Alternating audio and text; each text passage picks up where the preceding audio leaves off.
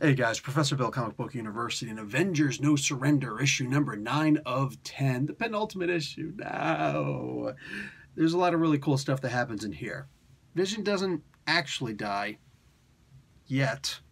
Get the feeling he might die though. Anyway, writers Jim Zub, Mark Waid, and Al Ewing. Artist Paco Medina. Jesus Abertov does the colors, and VC's Joe Sabino does the letters. The cover is Yasmin Putri, and the variant cover is Matteo Sclera and Moreno Denicio. Graphic design was Carlos Lau, and Joshua James Shaw did the Knicks family design. Alright, so, man, this is... We start the comic book off with Adam Brashear basically indicating that he's leading the Avengers world ultimate team with Living Laser in there and everything. Like Black Panther is technically answering to him, which that's actually kind of cool. Dude, look, I get it. I mean, like the Girl is here, Rescue is here, the Avengers are here. Looks like potentially the Avengers West Coast is here-ish.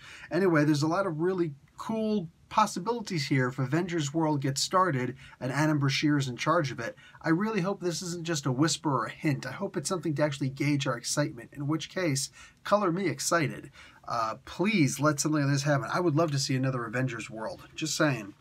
All right, so, oh, big advertisement, Savage Avengers.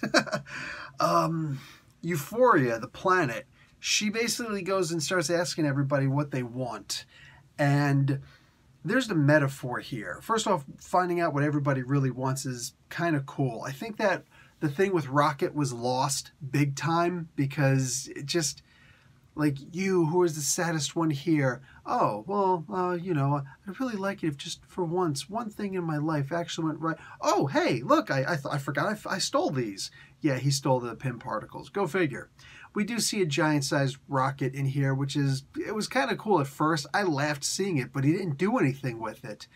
And more than that, like there was absolutely nothing done, nothing noticeable in my opinion, with his thing, the saddest one of them all. And he couldn't, I don't know, I don't get it. I didn't see anything there. Hercules asks, he just wants to be the hero that, you know, blah, blah, blah, blah, blah, blah. And at the end of the day, he becomes Hodor, you know? Hercules is going to hold the door. Yeah, he holds the freaking door. That's it. Like, come on, man. Like, this penultimate issue, this is supposed to be a badass part, but it doesn't quite happen. There's a really sad part with the Immortal Hulk. That was, you know, with Banner specifically. It was Banner's wish, mind you, not the Immortal Hulk's wish. There was a cool part later on where Holy Ground shows up and he just disappears immediately. That was interesting. I'm imagining Conan goes back to where he came from, back in the Hyborian age, but I don't know, man. There was a bunch here. It's funny. I think that the coolest part here was actually Hawkeye. I feel that he's always had at least close to the perfect shot, and then when he gets the perfect shot here, I feel like so much of this issue just kind of fell short of where it could have gone. Look, I get it. I'm not sitting here trying to expect some grand design where it's like, oh my God, this is the greatest comic ever. I never expect a comic book is going to be the greatest comic book ever. But when you give certain ideas of what could happen in the comic book and then it doesn't really come to fruition, that's really how I felt with this issue. Like, perfect shot. Really? And that's the best that we get? I think he's had some pretty damn perfect shots before. Anyway, Nyx is the only one who actually really gets what she wants, which is what everybody claims to want, but she's the one who actually wants it. And Euphoria gives that, even though it costs her her life. There's a metaphor there about people who give and give and give. You know what I'm saying? It just, it's a shame. We like to think it's noble, but at the end... So all of this leads to us well, next issue we're going to find out what's actually in the door, but Nyx retains her godhood, and the next issue is going to be a double-sized issue, or extra-sized, giant size. It's going to be effing huge. Yeah, I'm really hoping so. I'm hoping there's going to be something cool here, because there's a good chance that Vision is going to die in the next issue.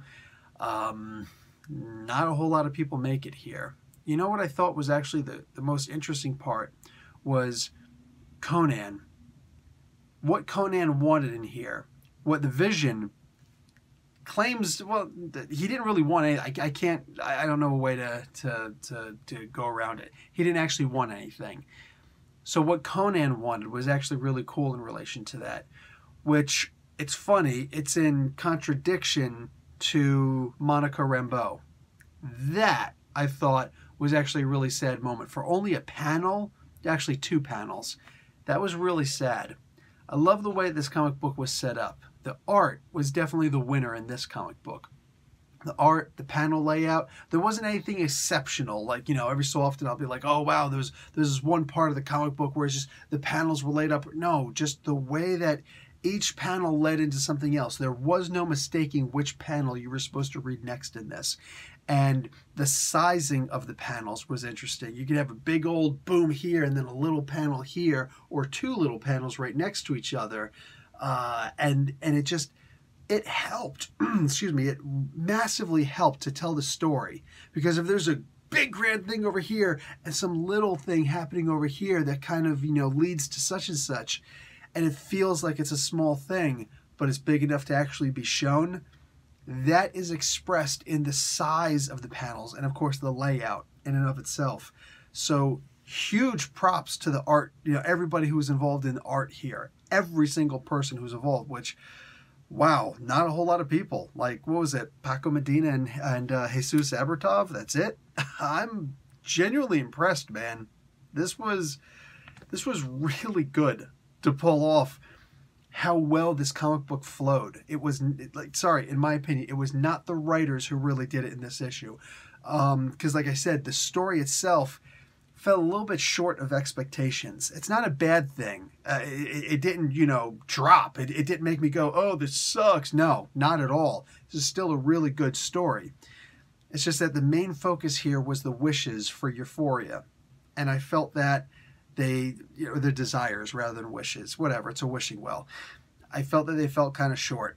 But that being said, the story itself was just, it was great because of the art in here. So yeah, there's the superheroes of this particular issue, man. So anyway, guys, great book for all intents and purposes. Hopefully the next book really throws me on my heels. Oh, the moment with Voyager, which she wanted. And it's funny how she wanted it, when she wanted it, I should say. It was after the fact.